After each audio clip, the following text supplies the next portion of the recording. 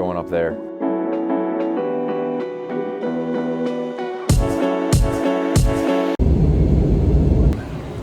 Back home in Michigan, looking for my friend Miles right now. And him and I are going to be going up to Northport, Michigan, and we're facilitating a breath journey for 46 women. So last night we did the breath journey with 47 women right on Lake Michigan, full moon shimmering on the water. It was insane. Yeah, and Miles and I both were just feeling the electricity flowing through our bodies. The depth that the women shared at, the release. Tell them about at the end, the laughter.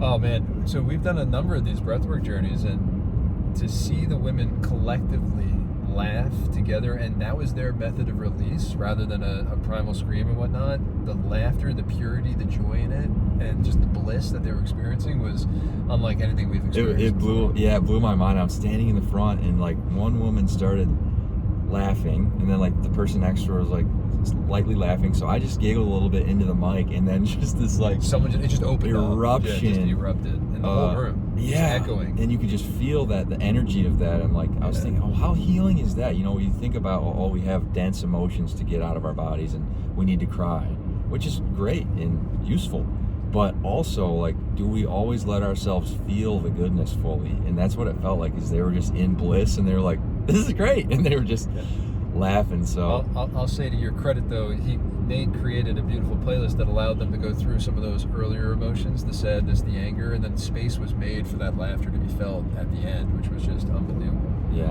and so it was Miles and I's first time facilitating together, and I felt that we interweaved very well. Kelly helped out with a few of the things during the facilitation. I thought she did a tremendous job too.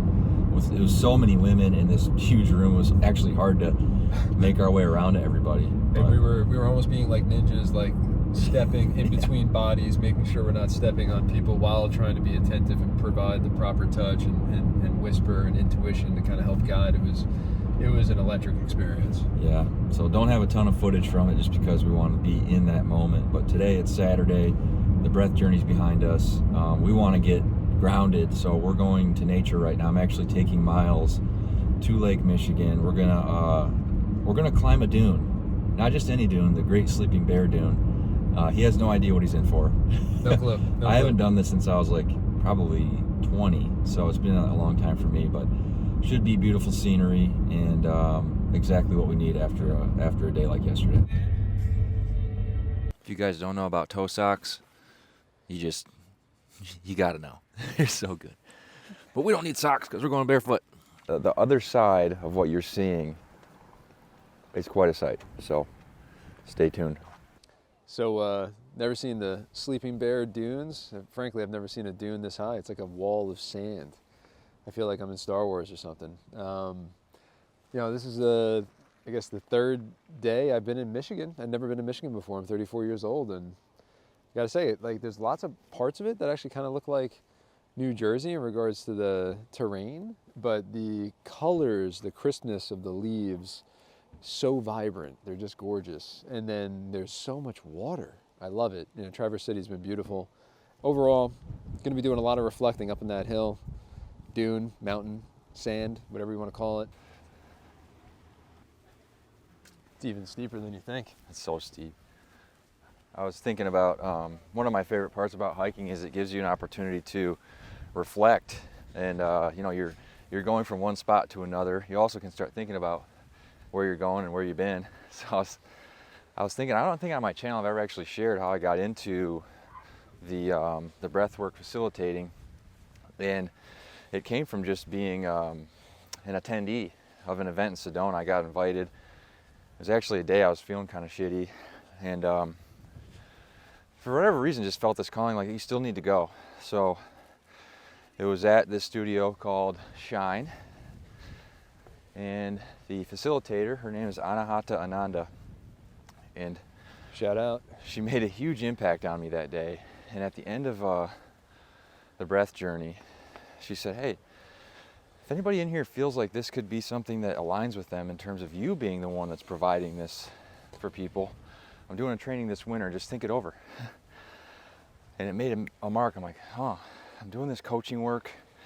You know, I've gone from this guy who worked in the fitness industry for a decade, and then I came out to Arizona to be a video guy, and now I'm feeling called to serve people in a way that's uniquely my own, and this breath feels like a missing piece for me. So I just kind of sat on that and thought about it, and about 3 months later, Renee and I were on a hike about as challenging as the one that Miles and I are partaking in right now. Calves are feeling it. Yeah, I'm already burning. And I was talking to her about this. I'm like, man, I think I'm supposed to do this training. And we got to the top of the hike. It was Bear Mountain in Sedona. For those who actually watch a lot of my videos, you know that's my favorite. And I told her, I'm like, man, I wish the universe would just give me like a clear sign, like, you got to do this. And sure enough, we're on our way back down from this hike. We didn't run into anybody else that day. Almost to like the last section. Up the trail from the other direction is walking one person. That person was Anahata, the woman who made a mark on me. And I go, holy shit. And I knew, oh, this must be your path. So right then and there I told her, I'll be seeing you this winter. And then that's how he came into my life. So I went through her training in this past winter. And right around the time I was finishing, Miles was in town with his family. He did a session with Anahata. And she was like, hey, there's this guy I think you should meet. And she hooked us up. We hit it off. We met at Local Juice in Sedona and talked for like 3 hours. We're supposed to talk for like 30 minutes.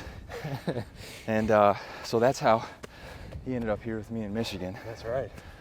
So everything comes full circle. And now we're hiking up this big ass dune. Damn. Did we just do all that? Look at that.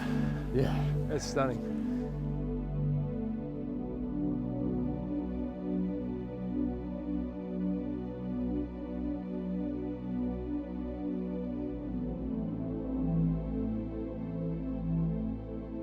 So one of the reasons we wanted to come out here and do this hike is just kind of reflect on yesterday.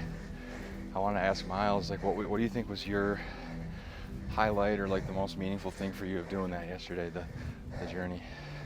Actually, it was, other than the profound bliss that was felt during the laughter, it was the sharing after, the openness of the women to share their experience and allow others to experience what they went through and to see the collective healing in the room just through the one individual who was courageous enough and willing enough to share their heart.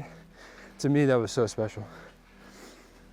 And I love to be beside Miles as he was listening intently to what they were sharing and seeing the way that he digested it and then like pulled from his personal experience to relate to them. It was just made me really proud and excited for him to start facilitating these solo, because he's just got a really powerful voice and a knack for engaging with people. Well, I certainly wouldn't be here had Nate not invited me, and actually it was a perfect experience for me to witness someone else who has more experience than I do with leading a large group, and to see the candor and the empathy through which Nate did it was actually very critical for me to experience so that I know how to be of better service to others. He got to see me be silly. Yeah, yeah, it wasn't all business. Yeah. It was relatable. It was real. Like it was authentic. It was genuine. I always tell people this in my writing and when I meet them and talk to them. I'm trying to be Nate everywhere I go. So Nate is Nate. Yeah, so if you find me out here, same guy. In this breath journey, same guy. When you do that, so much weight of showing up for a certain expectation leaves you, and you just get to experience yourself and the moment. It's super cool when you nail it. I don't always, but I'm trying. Taking the mask off is the most liberating thing any of us can do, because then you have permission to say, I am who I am. You don't have to be anything for anyone else. It's just deconditioning all that you were raised to be and remembering who you were born to be. It's an ocean. That is an ocean. Holy shit. That's an ocean.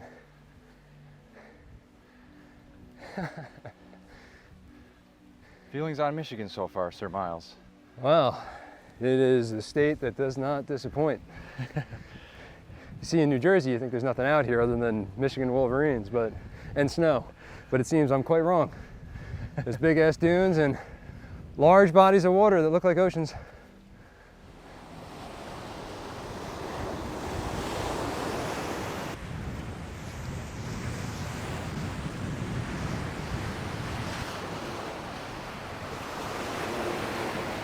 I always think of the way I'm going to move into this next part of my life is just trying to make little ripples with the purest version of me, and it feels a lot like this weekend has been those ripples growing more into waves. To facilitate for that amount of embodied people was a big deal. It's like a gateway. So momentum is growing. This is the moment, my friend. Feeling good.